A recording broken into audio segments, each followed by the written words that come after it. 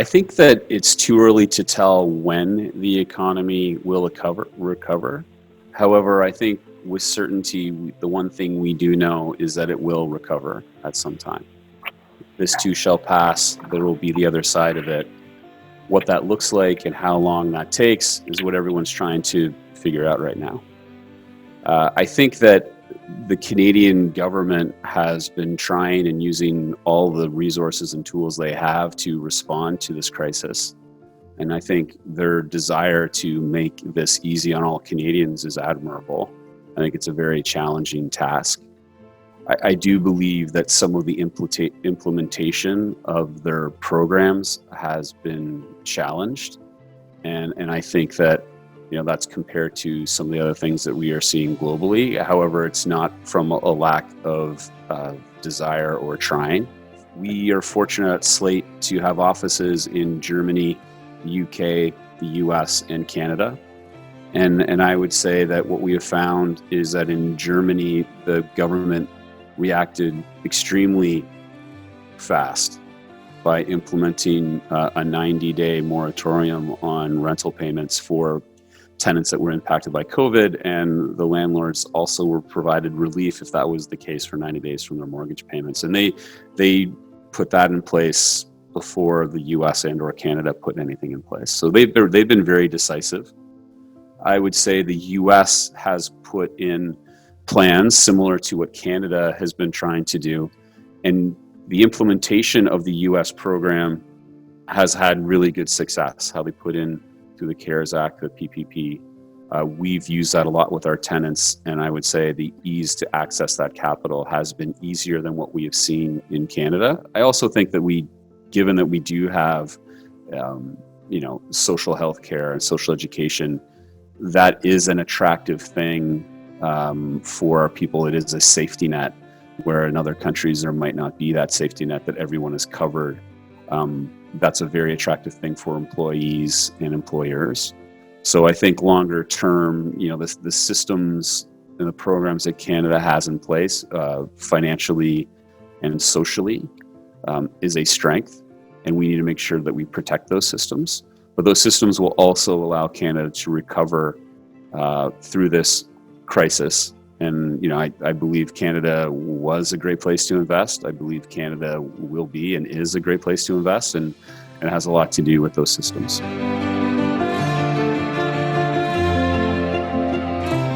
There is a difference, first off, on the tenant makeup of everyone's portfolios.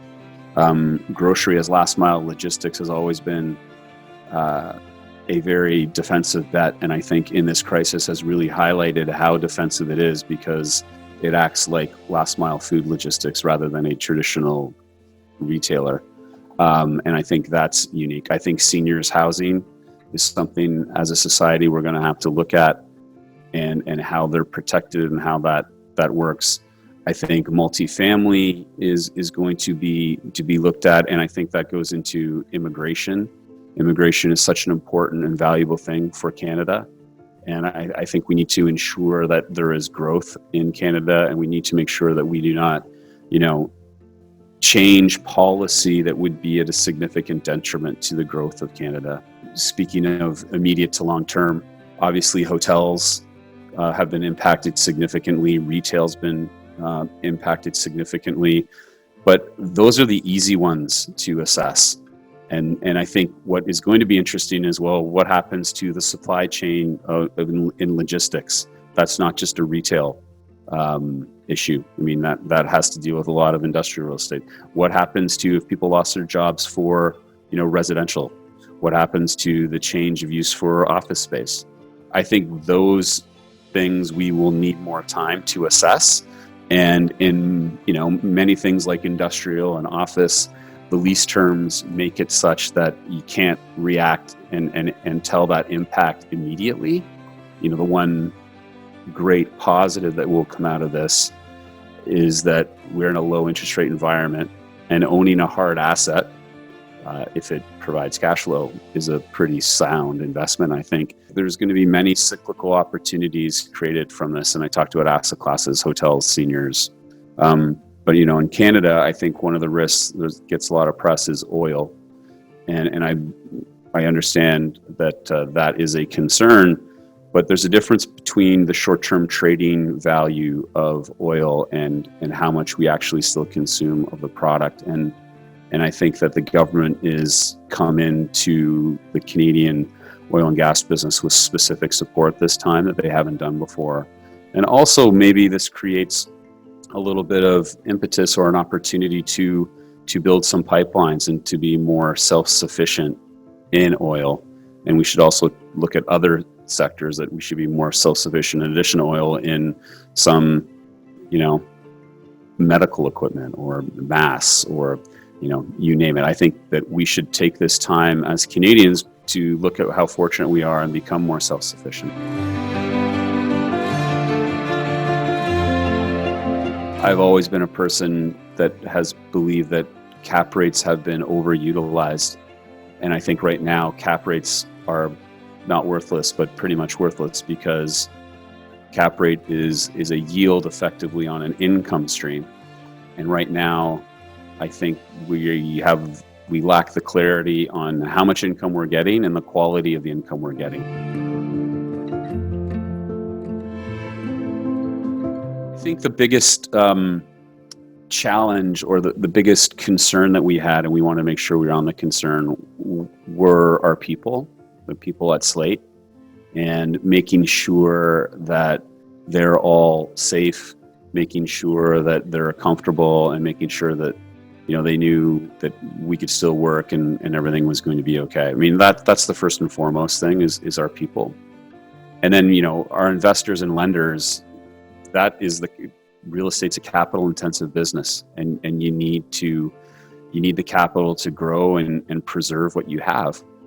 And relationships are everything. Like they help you in good and bad times. And I think what we're seeing now is that the value of relationships that are nurtured over years and years and years is what it's about. So we have some great institutional investors, we have some great public investors, and an equity partner of ours is Goldman Sachs. So we have really good intelligence that we then can respond to and react quickly.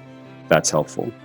But, a big differentiator for Slate has been how much we rely on our own proprietary technology, a system that we started when we started Slate, and we evolve that system all the time. It's how we do things. So with our programmers that we have at Slate, we've been able to add functionality for COVID. We've been able to add, analytics to what we're seeing. We were able to, risk assess our portfolio over a month ago on how it was, what we're seeing, how we're set up, where we think problems might occur, and we were able then to be proactive with our tenants. And I think that saved us a lot of time, and being proactive, being on our front foot rather than our heels. So, technology is critical and information is critical. So every time we talk to people, it's as much as us telling them what we're seeing, is we also have to gather information from what they're seeing.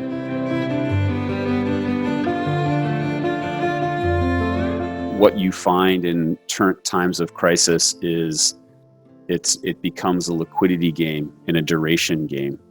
And I think that I was taught with Brady at a young age, you could have, maybe not the nicest asset with no debt and never have a problem and become very wealthy, or you can have the best asset with bad debt and go bankrupt. So I think that leverage in a time like this, leverage is critical. But, one thing that I was fortunate, I started my career in real estate doing workouts in the 90s. And that was great. That was a great experience because you learn so much during this time. And I can tell, for, our team at Slate, our care factor is huge, which has been amazing to see. And also we call it, people are getting a master's of crisis management or a master's of how to deal with real estate in this business environment. I think that reading leases is never necessarily the funnest thing to do, but now you understand what the force majeure clauses are. You understand, in a purchase agreement, why I want a 5% deposit on down on paper, or, certain clauses that you never really paid attention to in the good times become really, really apparent now. And I think it's such a great learning experience for everyone to go through this, to come up with, new ideas on how to do things better, or to kind of remember why we had those things in the first place. So, I think that, it's not fun to go through this crisis, or any crisis, but there are similarities, and I think that we can all learn and become better at our jobs when we get through this and on the other side, for sure.